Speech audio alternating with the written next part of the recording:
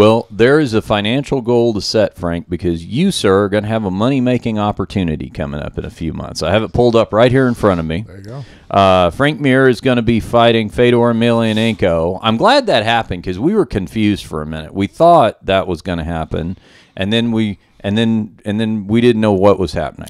Yeah. Yeah, but now it's happening. Yeah, I was, at first it was like, this is the fight we're going to try to make.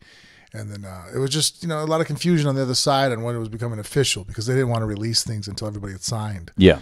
And so, I had signed from really early on, and I was waiting for everybody else to go ahead and sign on board and say they were part of it, And now it's official. So you and Fedor will meet in the first round of the Bellator Heavyweight World Grand Prix to crown their new heavyweight champion. Now, when do we think that fight is going to happen? I think towards the end of April. It'll be in Chicago. Yeah, the Windy City. I haven't been to Chicago in a long time. Listen to me, I'm talking like I'm assuming I'm invited, but we're going to have an awesome time. My backpack man. Absolutely. Can I finally be the guy that carries the backpack? You are the backpack guy. All right, excellent.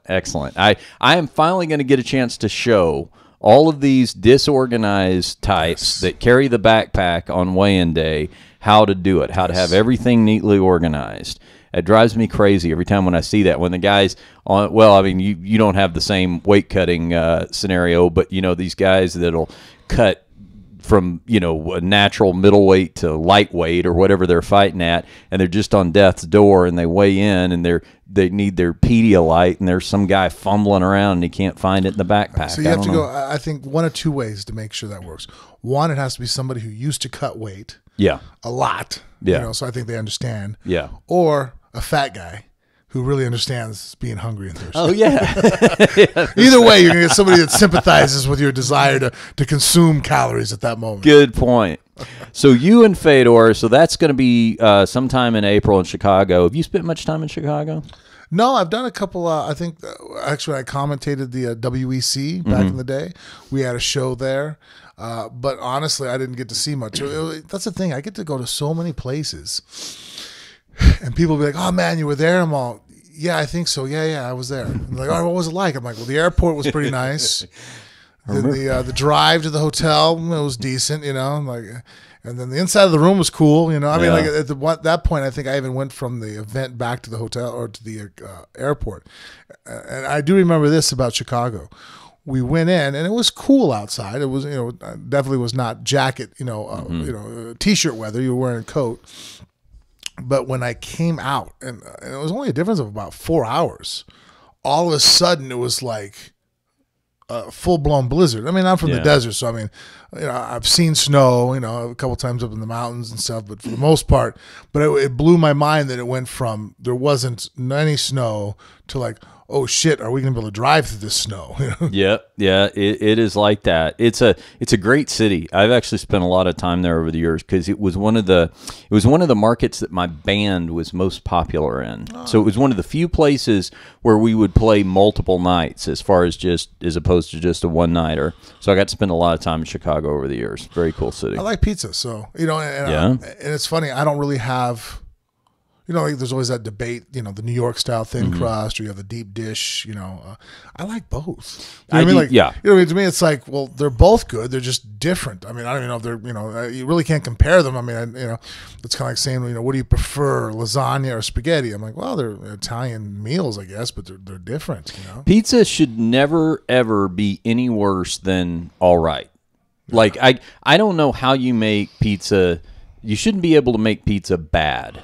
I've never had a bad pizza. Yeah, we had a bad pizza experience fairly recently, and I was so bummed about it just because we kept talking about that. That's what I said. I was like, at a minimum. I mean, shit, you can pull it out of the frozen section at the supermarket, and throw it in the oven, and it's good. It should be like sex, I mean, even when it's not anywhere near awesome, it's still a worthwhile experience. That's that actually used to be. I'm glad we're going there real quick because that used to be my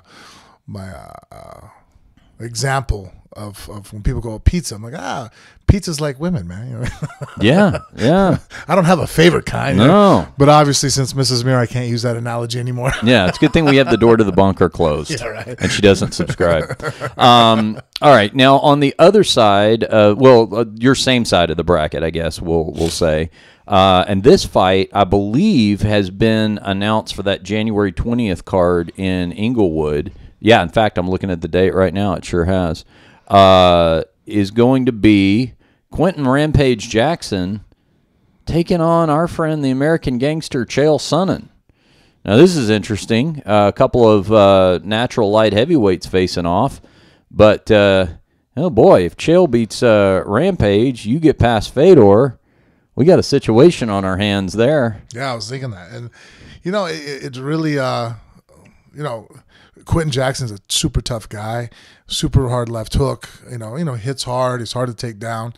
But he's really probably one of the greater unknown variables in this tournament, I feel, because of his weight. Mm-hmm. If, you see when he showed up against King Mo, he knew he didn't have to make lightweight or light heavyweight. So he showed up at 253 pounds. Mm-hmm. He's not a heavyweight. So that extra weight took away his stamina, took away some of his speed and his ability to land that left hook. So that's one that gave a great advantage to King Mo. If he shows up at 250 plus pounds against Chael, I feel like that's going to be a much easier fight for Chael because he'll smother him, wear him out. Chael's very good in the clinch, Greco style wrestling, and basically just fatigue him out. If Quentin shows up at 215, I think that he's one of the more dangerous guys in the whole tournament. Yeah. Well, that's going to be the first fight of this tournament we're going to be able to see. Like I said, that's January. Now, I didn't realize they'd already put dates to this, so this is cool. So on February 16th at Mohegan Sun, that's going to be Matt Mitrione taking on Roy Nelson on the other side of the bracket. A couple of heavyweights facing off there. Now, Mitrione's been on a roll. Mitrione just handed your opponent Fedor a loss. Nelson won his Bellator debut via unanimous decision. But I don't know. I mean, Roy is as hard as he has been to beat over the years. You've got to win over him. Mitrione being a younger fighter, I think is maybe in a spot right now with Bellator where I don't know if you necessarily say it's like his excuse me, his prime or something like that. But I mean, do you think that factors in terms of wear of tread on the tire at this point for those two guys? Well, I think that also too. It's it's a fight. Really, it's in I feel Mitrione's hand to control his destiny. If he goes and takes a note out of some of the guys that have fought Roy in the past, who just stick behind, tagging him with jabs and crosses and moving out of his way, staying off the fence and just, and staying busy.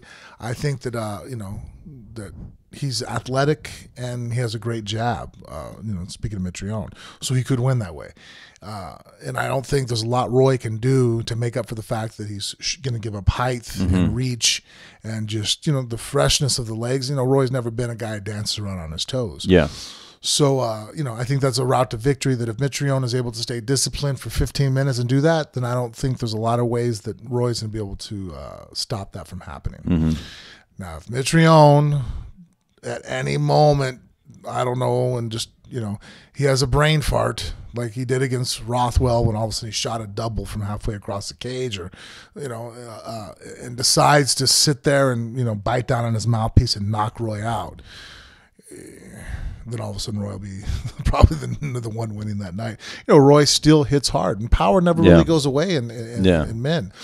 He's got those short uppercuts too. Yeah. And especially against a taller opponent. I always think of the Tyson example, where Tyson was always the shorter heavyweight, but that's where his his uppercuts would really come into play, is if he could get inside, close that distance, and then all of a sudden his height disadvantage is kind of helpful to shoot those uppercuts. The overhand right is better for a shorter guy to throw on a taller guy. Right. And that's the number one punch that Roy is great at, and probably has arguably probably the greatest overhand right in MMA. If you think about it, if we go across, on how many knockouts he's caused with that thing and who he's knocked out with that thing, who has a better overhand right? Who has more credentials behind it? I mean, to the point to where it's almost hurt Roy.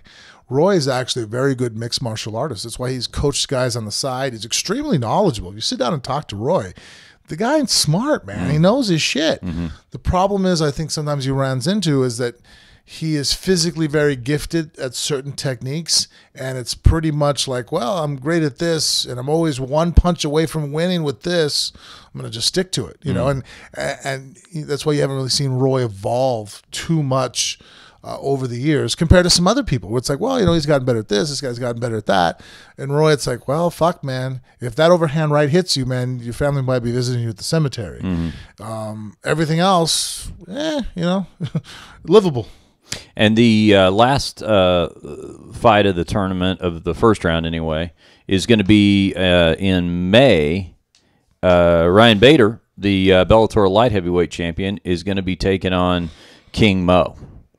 Now, I guess that's going to be a little bit of a test to see who can wrestle better, right? I mean, you're talking about both guys who bring wrestling backgrounds. Yeah, and Bader's also a very big light heavyweight, and King Mo, I still think's really more of a middleweight, to be honest with you. He's fought at middleweight. Yeah, I think that he has the frame for middleweight. That if he really wanted to, be at middleweight, that's, I think, more his weight class. I think that Mo is probably the more versatile striker with his boxing and movement on his feet. But Bader just has, phenomenal power. If he touches you with that right hand, King Mo's going to fall down. And I think this is really going to come to, can King Mo outslick him for 15 minutes, or is Bader going to get a hold of him at one point and just crush him? So I think it's actually probably one of the closer matchups where I'm like, I really don't know. I'm thinking Bader because of the superior power, but and he's not going to get out wrestled by King Mo. But Mo is slick and very capable of maybe using some agility and movement and angles to try to frustrate Bader. Bader's still very much it kind of reminds me of a tank. You even see when he moves on his feet, he's not the slickest guy in the world. He kind of marches his feet. He's very he can't dance for shit, I guarantee. You know what I mean? You just see that there's just not that rhythmic movement to his body. But I've trained with him before when he was on the show, just even on the tryouts, and fucker's strong, and then I've seen him hit pads, and I've cornered against him and seen him touch guys, and they fall down. Who'd you corner against him? Vinny Magalesh. Oh, is this on the show? Yeah. Oh, well, right. For the Ultimate Fighter finale. Right, yeah. He won the Ultimate Fighter, knocking out Vinny. I mean, went out there and landed a punch, and Vinny, Yeah. I mean, and I've held pads for him, when we did the tryouts, and I felt the power that Bader has, and he hits hard. So you think that in terms of, because some people are going to look at this and like we were just talking about, like with King Mo, being a guy who could, legitimately make a case for being at middleweight. Some people are going to look at the light heavyweights and go, oh gosh, they're going to have to go up and try to fight these monsters at heavyweight. But some guys physically may have an easier time doing that than others. You're saying Bader might be one of those guys. Well, and also too, like, none of the heavyweights in the division are huge heavyweights. None of us are guys that are really going to be cutting down from 285, and that's the problem with the light heavyweights. If let's even say they have success on that night, it's why don't if Bader, let's say, does very well against some of the heavyweights, and you're like, well, how come he doesn't move up to heavyweight? I'm like, well, it's consistency.